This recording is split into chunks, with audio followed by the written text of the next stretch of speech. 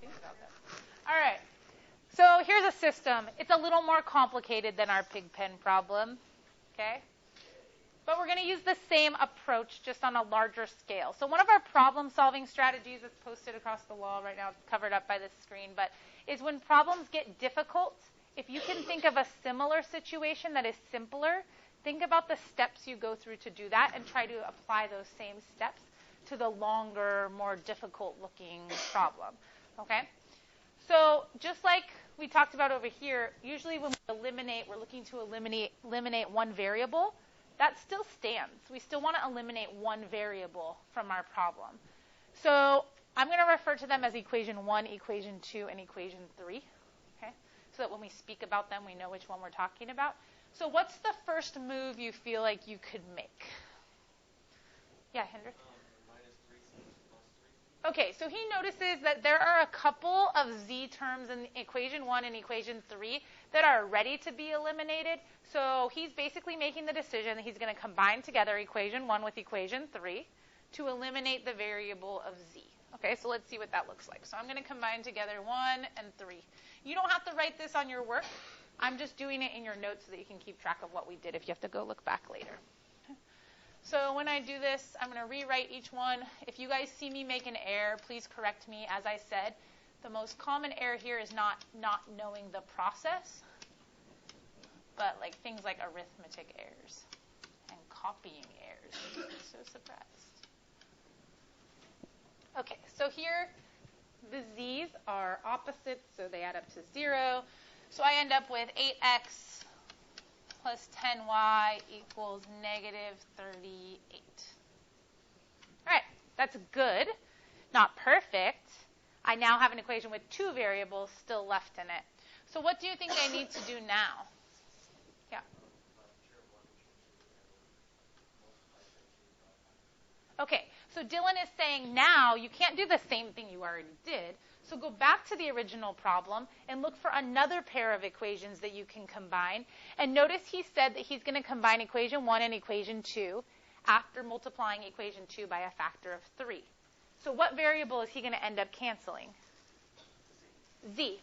Is it good that he cancels z again?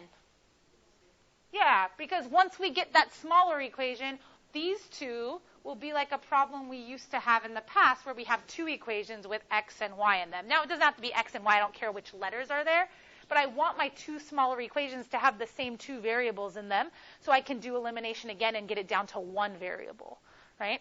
So it would have been a bad choice for me to say, like, oh, you know what? I'm going to eliminate y's over here. I would get a smaller equation, but the new equation I got over here would have x and z in it, and the one I already made over here has x and y in it. Those 2 I can combine together and get rid of x's, and then I'm still going to have z and y. So do you see how once you kind of pick something to eliminate, you want to be consistent with that to create a system you can use again, a smaller system. So again, we're going to combine equation 1 with equation 2, but after equation 2 has been multiplied by 3. So I'm going to write down equation 1. And then I'm going to write down what equation 2 looks like when it's been multiplied by 3.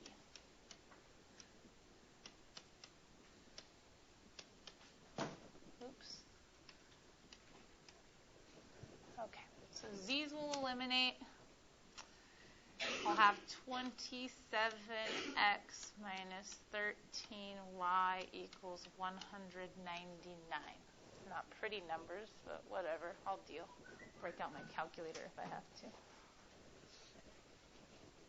Okay. So what am I going to do now? I name my calculator, that's why I'm getting this stuff. Yeah, Dylan?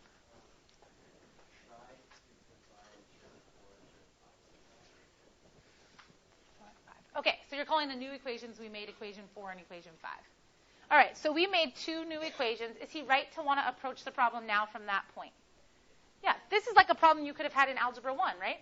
Here's a system of equations. They have x and y in it. The numbers are ugly, but whatever. If they were this ugly, we'll use our calculator, okay?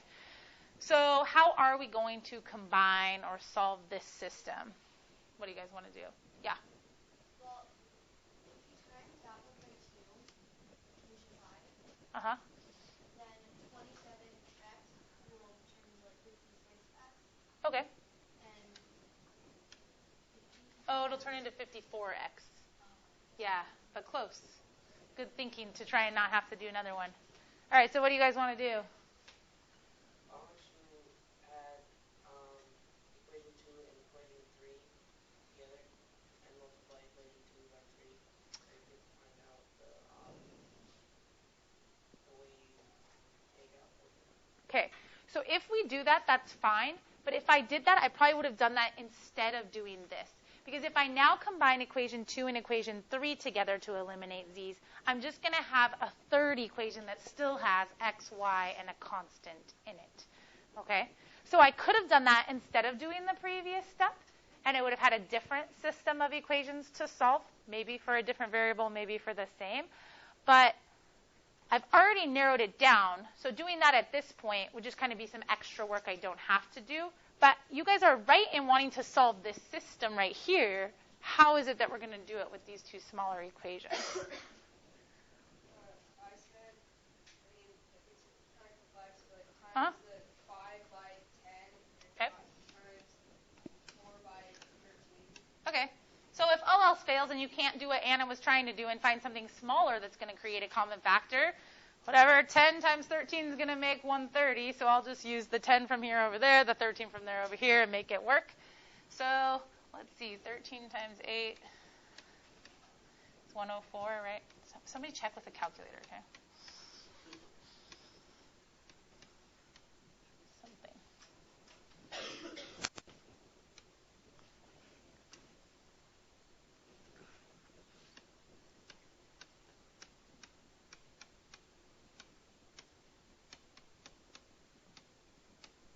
What's 38 times 13? What was that? 494. All right. So then we get 374x. All right. Equals, what's 1,990 minus 494? X. All right, what's 1,496 divided by 374? 4? Love it. Okay. All right, x is 4. It was ugly along the way, but look how nice it ended up. Is this probably real life? Would it have probably worked out that nice? Probably not. This problem probably came out of a textbook, let's be honest, okay? The numbers worked out all nice. All right, so x is 4. Yay, okay? But I'm no longer looking for an ordered pair like x comma y. I'm actually looking for an ordered triplet, right? Because there's 3 variables. So like x comma y comma z. Okay, so far for my solution, I know this. Not quite complete. Third of the way. Okay? Yes, CJ. Yeah, we'll talk about that in just a minute. All right, so how are we going to get the other things that we need? Dylan has his hand up. He answers a lot of questions for us already today. You could put in more x to that equation. Good. Okay, so we're going to plug in x. That's a given. But then the mystery becomes, because we have so many equations now, where do you want to plug it in? Now, I actually don't want to plug it back in at the beginning, because even when I plug x into the beginning, does that tell me y or z? No, it gives me more systems to solve. But if I go back to the equations that I made right here by eliminating one of the variables, if I plug in x to one of these, I'll be able to actually finish solving the problem. So I'm going to actually go and plug in x right here. Okay? So I'm going to take my x value and plug it into that equation. So 8 times 4 plus 10y equals negative 38.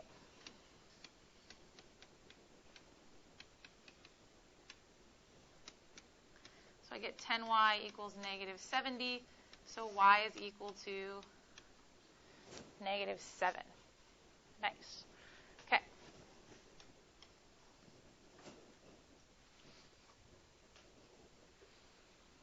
All right. How am I going to figure out z? Yes.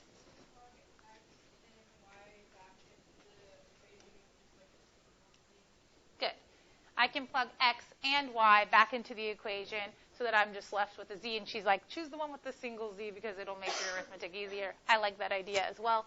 So I'm going to do 7 times x minus 5 times y plus z equals 72. So this is 28, 35. 28 plus 35 is 63. And 72 minus 63 is 9. So z is 9. Is this all right with everybody? Yeah? Okay, so let's talk about what this xyz is like.